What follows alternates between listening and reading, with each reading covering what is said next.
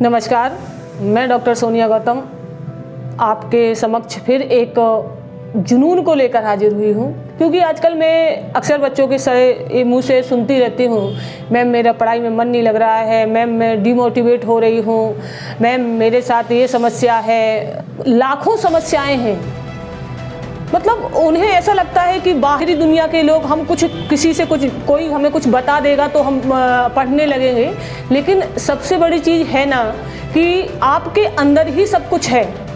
जो चीज़ें आप बाहरी दुनिया में ढूंढ रहे हो, जिन चीज़ों के लिए आप ये सोचते हो कि नहीं वो टीचर हमें ऐसा बता देगा या वो मोटिवेट करने वाले सर मुझे ऐसा मोटिवेट कर देंगे तो हम शायद अपने लक्ष्य पर पहुंच जाएं, बाहरी आवरण से हुआ मोटिवेट केवल 2 और 4 10 दिन के लिए होता है। लेकिन जब हम स्वतः अंदर का मोटिवेशन देखते हैं, अपना स्वतः अंदर की आत्म एनर्जी को जागृत कर लेते हैं, तो रियल मोटिवेशन वही होता है। इसलिए खुद को पहचानो कि खुद क्या हो, क्योंकि आपके अंदर समस्त ऊर्जा का संचार आपके अंदर ही है, आप ही सब कुछ हो। ठीक है, क्यों? क्योंकि आपने पढ़ा है, आप बचपन से पढ़ते चले आ रहे हो, समाज आपसे को सिखाते चले, ईश्वर अंश जीव अविनाशी, आपके अंदर ही ईश्वरीय तत्व, ईश्वरीय गुण विद्यमान है। तो फिर आप दुनिया के बाहरी जगत को देख क्यों रहे हो? आप स्वयं मोटिवेट होना सीखो, अपनी आत्म एनर्जी को एकत्रित करो। आप अपनी ऊर्जा को जिस दिशा में लगा दोगे, परिणाम उस दिशा में निकलना तय होता है। समस्या इस बात की आ रही है आजकल कि हम अपनी एनर्जी को नहीं समझ पा रहे हैं, खुद को नहीं देखते हैं और बाहरी दुनिया से लोगों से मिलते हैं, सर मेरे पास ये समस्या है उसका सॉल्यूशन दे दो, सर मेरे पास ये समस्या है उसका समाधान बता दो। अरे खुद से इत्मीनान से, शांति से बैठकर खुद सोचो, क्या समस्त समस्याओं का निराकरण तुम्हारे पास नहीं है? हम किसी भी व्यक्ति के पास जब समस्या लेकर जाते हैं तो हमारे अंदर पहले से ही समाधान विद्यमान होता है। अगर हमारा समाधान जो हम सोच के गए हैं उसके पास, अगर सर वैसा बोल देते हैं तो सर बहुत अच्छे हैं, हाँ सर ने बहुत अच्छा रास्ता बताया। लेकिन जब सर कोई गलत दूसरी दिशा बता देते हैं कि नहीं नहीं बेटा ये गलत है ये सही है, फिर हम स्वयं भी क्या हो जाते हैं, फिर अरे सर वो समझ में नहीं आ रहा है ना, वो सर देखते हैं कोशिश करेंगे, ऐसे सोचते हैं। जब आपको पता है हर समस्या, आपको पता है हर समस्या का समाधान आपको पता है, तो दूसरों के पास हम जाते ही क्यों हैं? हमें नहीं जाना चाहिए ना, हमें खुद को पहचानना चाहिए, खुद के जुनून को पालना चाहिए, क्रोध को पालना सीखो, क्योंकि क्रोध आपकी ताकत है।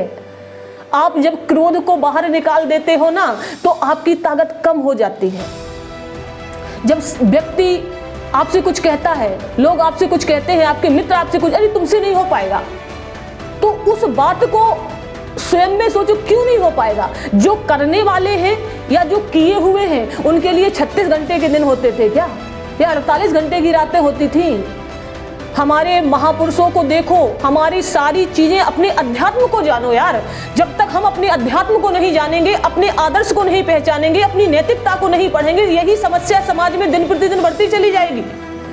क्योंकि हमें अपने अलौकिक ज्ञान के बारे में नहीं पता, और हम क्या हैं, हमारे अंदर की एनर्जी क्या है, इस बात की जानकारी हमारे वैदिक ग्रंथों में भरी पड़ी हुई है। लेकिन समस्या इस चीज की है कि हम पाश्चात्य दुनिया की खोज में इतने आगे निकल चुके हैं कि अपनी वैदिकता को हम भूलते चले जा रहे हैं।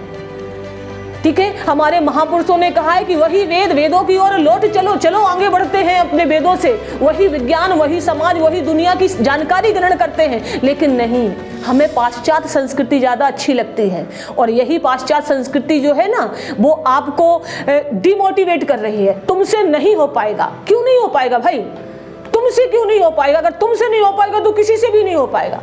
ये जिस दिन जो तुमसे बोलता है कि तुमसे नहीं हो पाएगा, उस दिन उसको जवाब दोगे, अगर हमसे नहीं होगा तो दुनिया में किसी से नहीं होगा, क्योंकि जो करने वाले हैं वो हम जैसे ही हैं।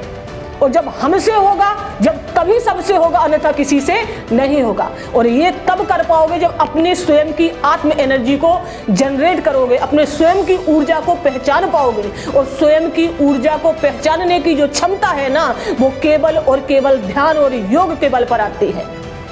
हम मानसिक विकृतियों से, इतनी व्याधियों से इतने ज्यादा ग्रसित हो चुके हैं कि आज का समाज अंधी दौड़ में दौड़ रहा है, उसे पता ही नहीं है हम किस ओर चले जा रहे हैं। सही दिशा और सही दशा और सही गुरु का चयन यदि आप कर ले जाओ तो वो दिन दूर नहीं कि आप अरे छोटी मोटी जॉब तो बहुत छोटी मोटी चीज है, आप जो अचीव करना चाहो वो अचीव कर सकते हो। आपके पास तो इस मूवमेंट में संचार क्रांति का दौर है।